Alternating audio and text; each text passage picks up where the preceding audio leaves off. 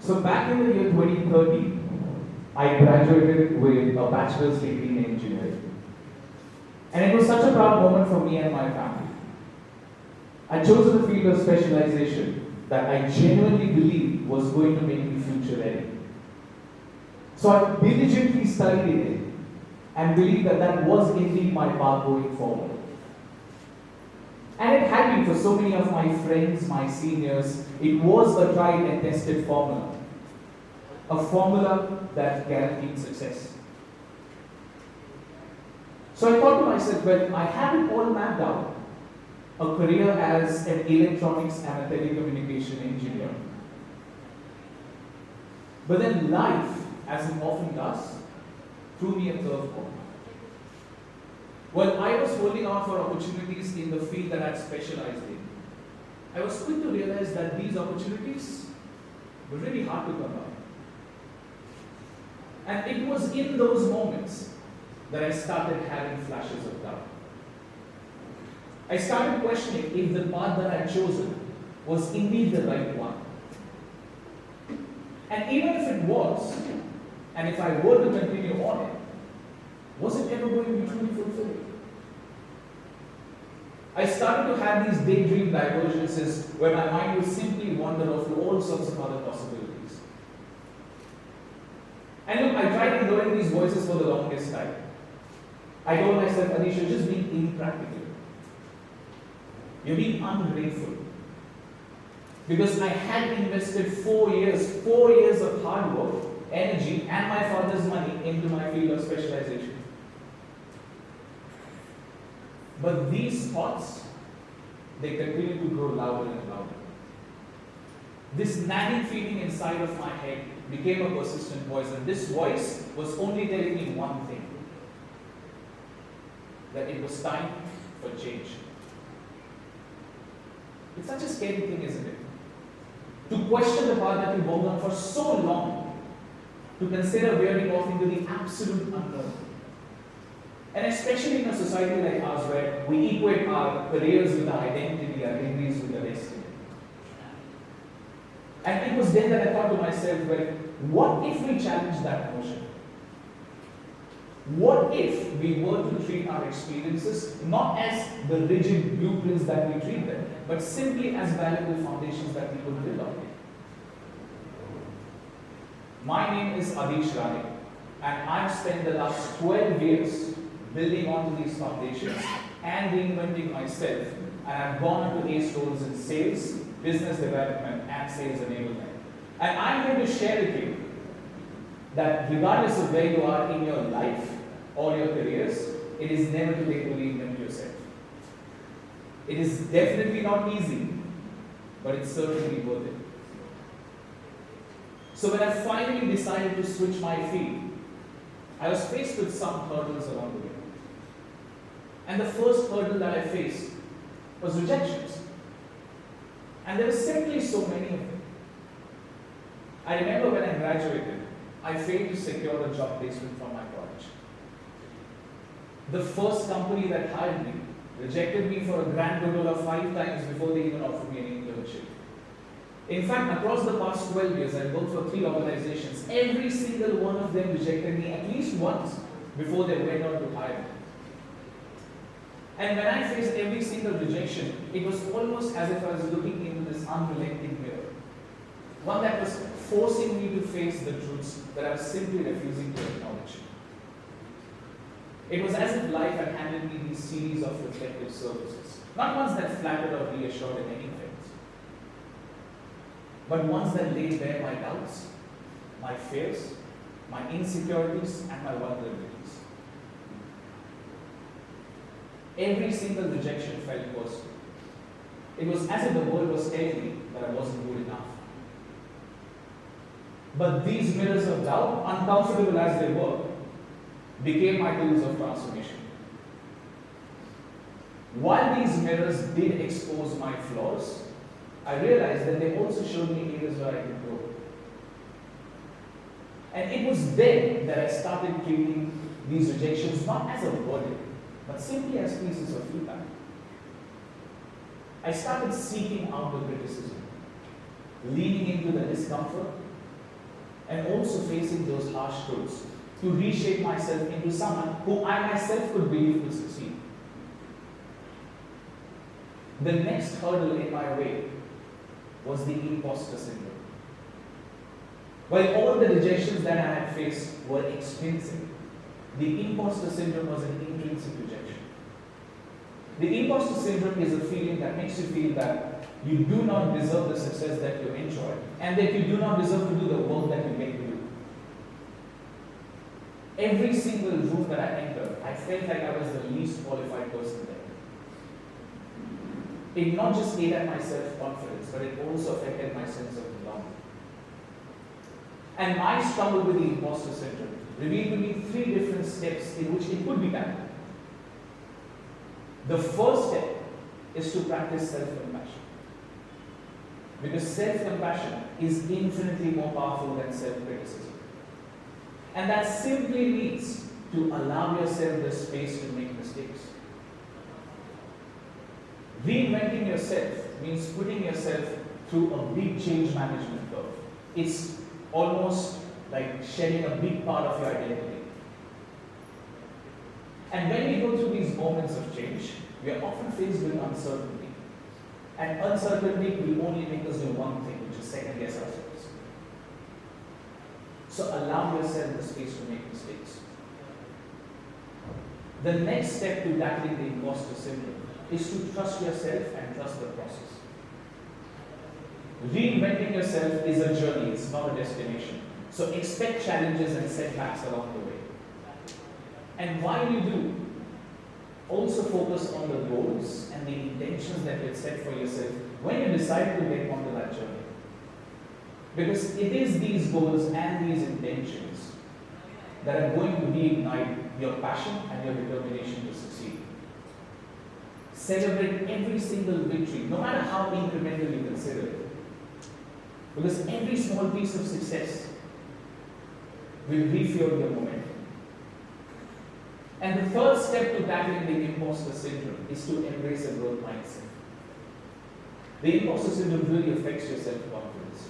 For me, it made me only focus on things that I could do differently rather than the things that I was doing well. And our self-confidence, it comes from the relationship that we foster with things that we are not so good at, rather than our relationship with things that we're really good at. So while you continue to flex your muscle in areas where you're really strong, also strengthen and build areas where you're not so strong. Reimagining yourself and reinventing your career can be a truly exciting and a fulfilling journey. And I'm here to break down 3 different steps in which you can transition into something completely new. The first step is to identify your values, your interests, and your skills. Ask yourself, what truly matters to you in a career? What motivates you? What skills do you have? What skills do you want to have? What activities energize you? To me, I knew that what mattered to me was a sense of fulfillment. And that for me came from working towards a vision that helped people become better. The skill that I possessed was simply my ability to forge relationships with people. And that was through a combination of trust and education. The skills that I want to develop, however, were always outside of my comfort zone. Skills like public speaking, facilitation, coaching, even negotiations. So identify what those values, those skills, those interests look like for you. Because once you do figure them out, the next step is to research. Research the industries, the fields, and the roles that align with your interests and your values. Take introductory courses, do workshops, read research publications, talk to people who are in those roles. Social media has made large-scale networking a possibility. So leverage the power of social media, because even if it doesn't point you to the areas that you want to pursue, it will at least help you eliminate the things that you do not wish to pursue. And also challenge your limiting beliefs. Understand what those limiting beliefs are that are holding you back. Maybe you you simply think that we're too old to change your careers? Maybe you think we don't have the right qualifications to switch your career. So identify what these limiting beliefs look like for you and challenge them. Understand their sources. Are these rational fears or are they simply irrational? Is this something that your mind is making up? Because that will give you the power to destroy these limiting beliefs. The next step, once you've done self-reflection and exploration, is to be bold, build bridges, and experiment. And that's only possible by taking opportunities. Opportunities like internships, apprenticeships, part-time opportunities, volunteering activities, because what these opportunities are going to do is prepare you for when that full-time opportunity arises. Because when it finally does, you'll be ready to grab it with both hands. For me, my introduction to the world of business development was through a 6-month internship. And my journey into enablement was paved by a 20% project in facilitation. Taking on as many diverse roles as possible and projects will not just help you to hone your skills, but it may also end up uncovering so many of your hidden talents and interests that you possibly didn't even know existed. And once you've done that, the final step is to create a clear action plan. Create an action plan that has specific timelines, that has goals, and that has milestones. And goals not for the sake of having goals, but goals that are smart goals. Goals that are specific, measurable, attainable, relevant, and time-bound. Because it is these goals that will help you to stay committed and focused on your eventual outcome. Speak to people who are in those roles. Try to understand what does a day look like in their lives. What does a 30, 60, and 90-day ramp-up plan look like? And also perform a skill gap analysis for yourself to simply understand what skills do I even need to build apart from the one that I already possess and the one that I already had planned to develop. Learning never really stops. The world of work is continuously evolving. In fact, LinkedIn's 2024 workforce report stated that a staggering 88% of professionals in India are on the lookout for new opportunities.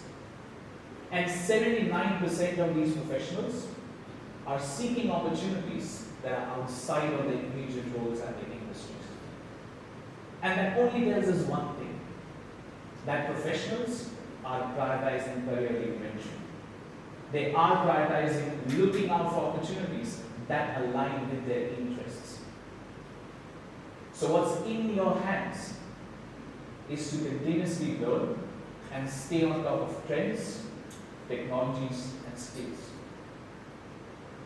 Today I stand here in front of all of you feeling proud to be in a sales enablement role.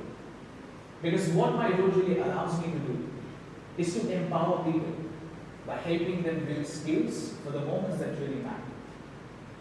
And it is through this journey of facing rejections, tackling the imposter syndrome, and reinventing myself that I finally unlocked the power of true resilience. I learned that failure is never really the end. Sometimes it's just a lesson, sometimes it's a redirection, sometimes it's just a gift. Our minds hold countless mirrors. Some of these reflect the person that we once were. Some reflect the individuals that we are in the moment. And some will reflect the individuals that we will become. But each and every single one of these mirrors will always give us two choices. To stay stagnant or to embrace the challenge of growth. So if you're here wondering today whether you've chosen the right path, my piece of advice to you is this. Let go of what no longer serves you, embrace the unknown, and also trust that every experience whether you label it as a success or a failure, will add a pivotal piece to the puzzle of who you are becoming. And the pieces of these puzzles will not make sense when you're building them. They will only make sense looking backwards, when the puzzle that is you is finally complete. Thank you.